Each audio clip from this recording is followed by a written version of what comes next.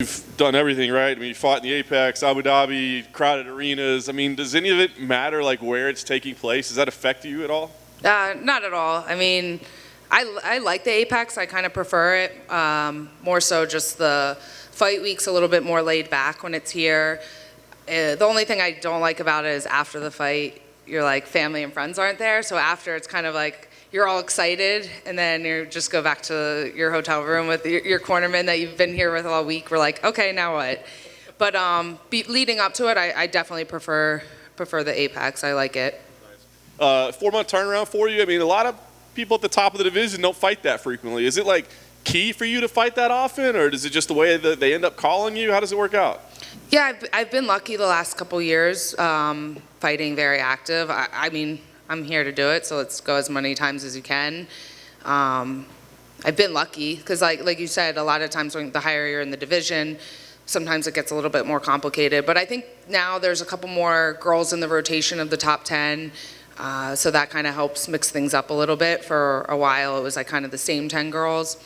But yeah, I mean, if I'm not injured, I'm training and fighting. I guess the way to freshen it up is to bring somebody from another division, right? So I'm just curious. I mean, when they brought this matchup to you, were you like, oh, that's exciting? Or were you like, what are you talking about? I mean, I guess she had bounced around a little bit, but what'd you think? Yeah, I was super surprised. They asked me if I wanted to fight Amanda Ribas. I was like, wait, what weight class? Like 125? Because I didn't know I didn't hear anything about her wanting to move up. So I was a little shocked. I was like, yeah, definitely. And I was like, but she's probably not going to say yes. And then they came back, they're like, oh, she said yes. So I was like, wait, why did she say yes to me? I was like, ew. But yeah, I'm excited. You know, if she said, to me, it makes sense. You know, coming from a different division, you fight someone that's ranked super high, you get a good win, and you probably get talks about a title shot. So it's kind of a win-win situation for her, but yeah, I'm excited. I'll fight anyone, so I don't really care. Well, you nailed it, right? For her, I mean, she gets to fight the #1 contender in another division. Of course she's going to say yes. So I wonder, for you, was there any part that's like, yo, I'm #1 in the division. You don't just come in here and come. You got to go through 10, 9, 8, 7, 6, 5, 4, all the way up to me. I mean, I don't really worry about anyone else's career except for mine. If I think it's cool because I'm like, ooh, wait, if I go up to 135, will I get like the #1 contender and then get a title shot? But yeah, I don't care. I just, like I said, I like fighting people that I haven't fought before. I just need to keep winning. I don't think in the rankings, especially now, I don't think they mean as much as they used to. So sometimes people that are ranked higher are like, I'm not fighting anyone ranked below me, but that's not really how it works. It's just, you gotta have good performances, good wins, and stay active. Do you watch the girls outside of your division routinely? Like, were you familiar with their body of work? Yeah, I'm probably I watch every fight. I'm a huge MMA fan, huge UFC fan. I watch all the fights, so especially the girls, I'm a little bit more interested, but I watch every Saturday. I watch from the first fight to the last, so I definitely am familiar. Nice. I mean, no question she's a grappling specialist, right? But I mean, you look at like Maya, Calvillo, like names that you've had. You did a grappling match with Jillian. I mean, when you look at her grappling, is it on a different level than those people that you fought, or is it just, you got to adjust your game to her style of grappling? I think maybe her level of grappling is a little bit below some of the girls I faced before. I think in MMA, sometimes if you get a submission, you're known as a grappler.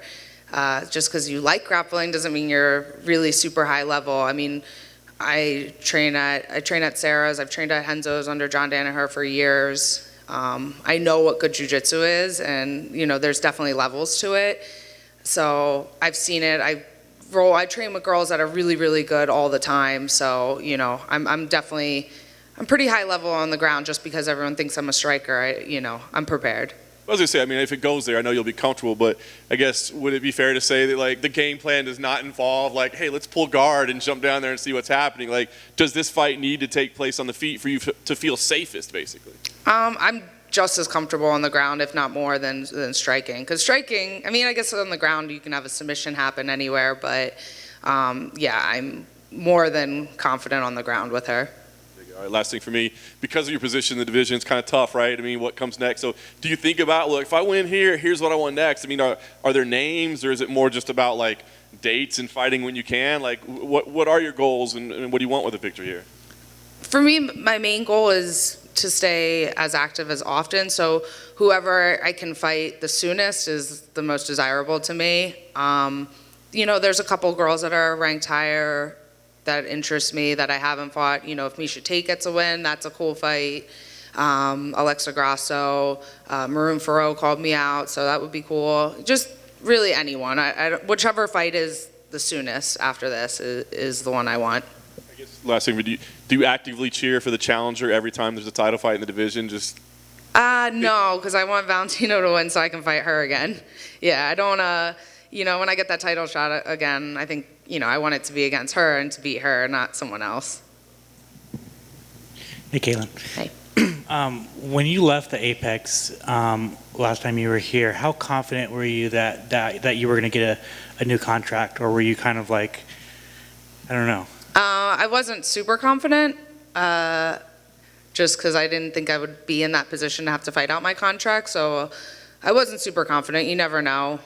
Even coming off of a win, I wasn't very sure. And I, especially like after the following week when I didn't really hear anything, I was like, okay, you know what I mean? Like, is something gonna happen? But I'm happy that it all worked out because, you know, I'm such a fan of the UFC and I wanna fight at the best level. I mean, you could go anywhere else and fight and, you know, that's great, but the UFC is a whole different level and I wanna fight at the highest level.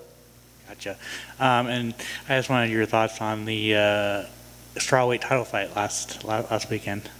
Yeah, I feel kind of bad for the girls because, you know, it's so easy to criticize them when no one's been in there. Sometimes it's just, you know, we were just talking about this. Sometimes it's just the style matchups. It's just the day. You know, both of those girls are not boring fighters. They're there for a reason. And, you know, I think it's so easy to criticize them and say, oh, it's the most boring fight. Well, you go in and fight 5 rounds for the world title and, you know, your whole life is worked up to that moment. And sometimes you're just physically not there. Sometimes it's the style matchups that call for a boring fight. I mean, look at right before that fight, they both have like highlights that are amazing. So they're not boring fighters. And I don't think that they didn't try, you know. Sometimes it's just the circumstance. There's so many factors that go into it. I feel bad that they got, you know, so much criticism because they're both amazing fighters. And I feel like Carla didn't really get the full credit she deserves, you know, for winning that fight. Cool. Thank you. Yep. Cool. Thank you.